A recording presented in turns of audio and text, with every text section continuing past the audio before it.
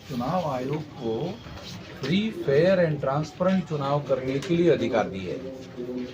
तो जब भारत की प्रजा और वोटर्स सवाल उठा रहे हैं तो सेटिस्फैक्टरी आंसर देने की कॉन्स्टिट्यूशनल जिम्मेदारी चुनाव आयोग की है। हमने लिखित रूप से कई सवाल उठाए हैं जिसका कोई जवाब चुनाव आयोग दे नहीं रहा है। तो जब कोई बात जवाबदेही पूरी नहीं होती है संविधान के अनुसार तो वो मामला जनता के कोर्ट में जाएगा ना, मामला जनता के कोर्ट में जाएगा, सुप्रीम कोर्ट में भी जाएगा। सुप्रीम कोर्ट में भी हमने मामला उठाया हुआ है, ऐसा नहीं कि नहीं। जो संविधान के दायरे में रहकर एक रास्ता तो सुप्रीम कोर्ट जाने का है, एक रास्ता जनता के कोर्ट में जाने का है। ये दोनों रास्ते संवैधानिक तरीके से, तो हम दोनों तरफ लोगों को ये जानकारी दे रहे हैं कि भी ईवीएम मशीन के द्वारा जो संविधान ने गारंटी दी है ये कोई साधारण अधिकार नहीं है। फ्री फेयर एंड ट्रांसपेरेंट जो है ये मौलिक अधिकार, ये फंडामेंटल राइट है। ये फंडामेंटल राइट का वायलेशन हो रहा है। तो इसलिए ये अगर मान लो फ्री फेयर एंड ट्रांसपेरेंट चुनाव नहीं होता है, जनता जिसको चुनना चाहती है उसको चुनकर नहीं दिया जाता है और जिसको चुनना नहीं चाहती है उसी की सरकार आती है, तो भाई तो जनता का अधिकार तो लगभग समाप्त हो गया। फिर तो जनता के पास जो आखिरी हथियार है, आखिरी हथियार क्या है? लोकतंत्र में शांतिपूर्ण तरीके से बदलाव करने का अधिकार जनता के पास है। अगर यही अधिकार खत्म कर दिया तो फिर लोकतंत्र रहेगा कहाँ? ये ना मौलिक बात।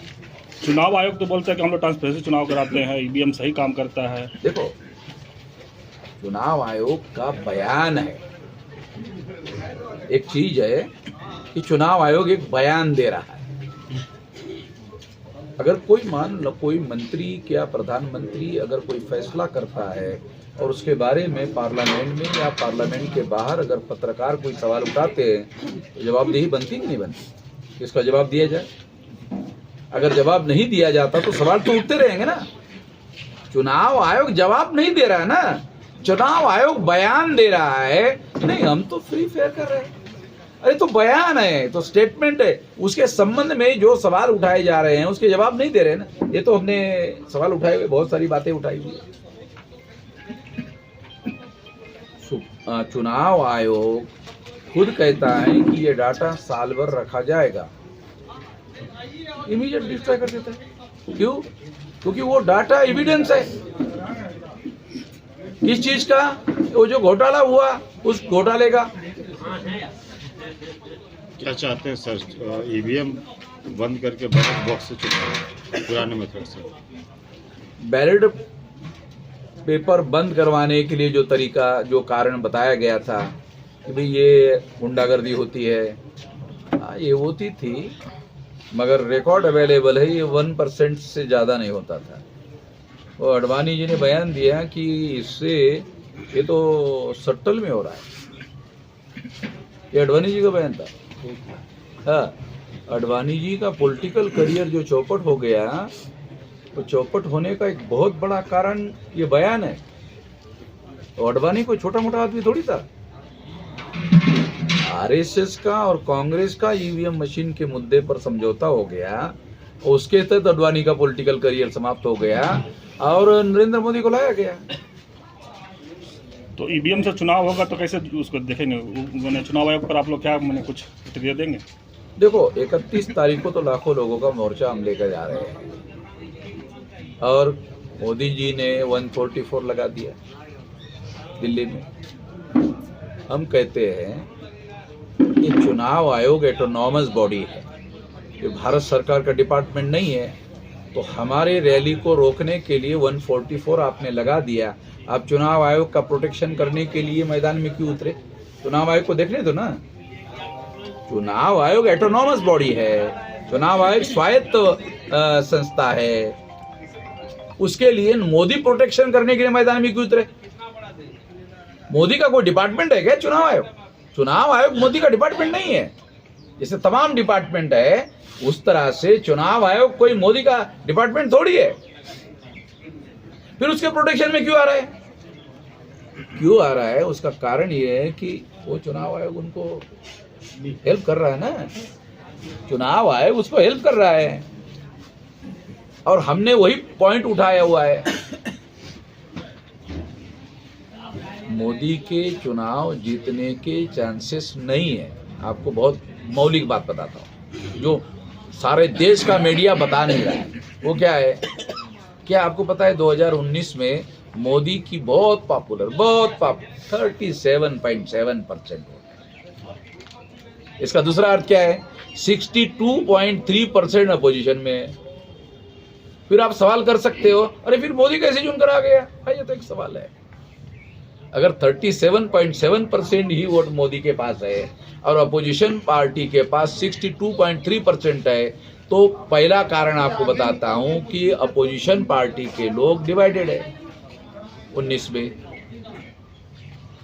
2024 में यूनाइटेड है। जो इंडिया गठबंधन बना वो डिवाइडेड था, वो था ही नहीं। इंडिया गठबंधन तो अभी बना ना, वो इंडिया गठबंधन डिवाइडेड था, डिवाइडेड चुनाव हुआ तो वोट ऑफ परसेंटेज डिवाइड हुआ। डिवाइड होने की वजह से मोदी 37.7% वोटों से चुनाव जीता। अब की बार सारा का सारा यूनाइटेड हो गया। तो सारा का सारा यूनाइटेड होने के बावजूद भी, यूनाइटेड होने की वजह से नरेंद्र मोदी ने ये अयोध्या में राम मंदिर अभी बना ही नहीं, अधूरा है।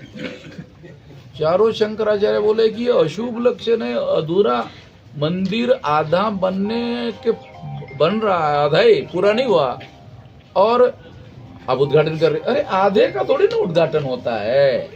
एक भी शंकराचार्य हाजिर नहीं है।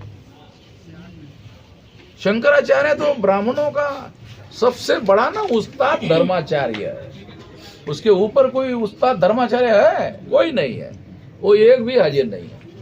राष्ट्रीय पिछड़ा वर्ग मोर्चा आज के दिन को काला दिवस पूरे देश में घोषित किया है और आपने उसका समर्थन किया है। ये उसका कारण ये है कि जो जिसे ये कहा जा रहा है कि वो भूमि अयोध्या की राम जन्मभूमि है, मैं मोदी को, आरएसएस को और भाजपा को चुनौती देकर कहता हूं कि आप हमें बताओ कि अयोध्या शब्द उस भूखंड का नाम था, ऐसा कोई डॉक्यूमेंट्री एविडेंस दिखा सकते हो? मगर उस भूखंड का नाम बुद्ध भूमि है, उसका रिकॉर्ड है। बुद्ध ने वहां 16 साल निवास किया। 3000 भिक्षुओं का ट्रेनिंग सेंटर वो था, 3000 भिक्षुओं का। ब्राह्मणों ने मुसलमानों को निमंत्रण दिया, आओ इसको डिस्ट्रॉय करो, हम आपको साथ देते हैं। तो मुसलमानों को ब्राह्मणों ने मदद की और ब्राह्मणों की मदद से मुसलमानों ने डिस्ट्रॉय किया, मस्जिद बनाई। अभी सुनिए, अधूरी बात है ना, यही तो हमारे लोगों की जानकारी है नहीं, कुछ डिस्ट्रॉय कर दिया और वहां पर वो मस्जिद बनाया। ब्राह्मणों को मालूम था, तो पहले से वो भूमि राम जन्मभूमि नहीं, वो साकेत है। रिकॉर्ड में उस भूखंड का नाम ब्राह्मण भी कहते हैं, ब्राह्मणों के लिटरेचर में, पुराणों में उस भूमि का नाम साकेत है,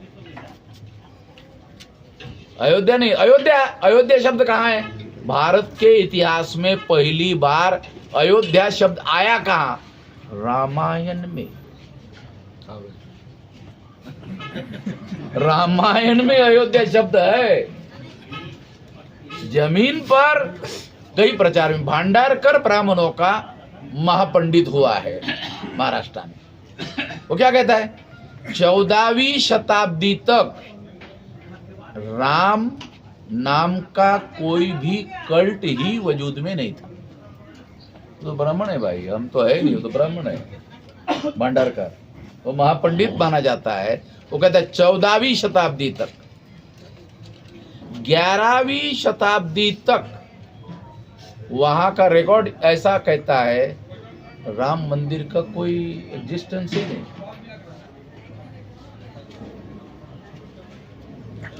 है ब्राह्मणों के पास। तो जो अपने को बहुत बड़ा विद्वान कहते रहते पंडित लोग हैं, ब्राह्मण लोग है, हमारे सवालों का कोई जवाब है पंडित लोगों के पास में? हिंदू मुसलमान करते रहते। अरे तो यहाँ तो हिंदू मुसलमान का मामला ही नहीं है, ये तो मामला अलग है। बौद्धों का कहना है कि कुबेर टीला और सुमेर टीला वो बौद्ध स्तूप है और वो बौद्धों का है। लेकिन न्यायालय ने जो निर्णय दिया उसमें बौद्धों को वो पार्टी स्वीकार नहीं किया और आस्था के आधार पे सुप्रीम कोर्ट ने निर्णय दिया और वो 5 जजों को भी आमंत्रित किया गया है इस संदर्भ में सुप्रीम कोर्ट की। वो जजों को आमंत्रित नहीं करेंगे तो वो सारे रिटायर्ड हो गए ना, अभी जज थोड़ी है। तो और संभवतः सारे ब्राह्मण है? अब वो आएंगे कि नहीं आएंगे इसकी कोई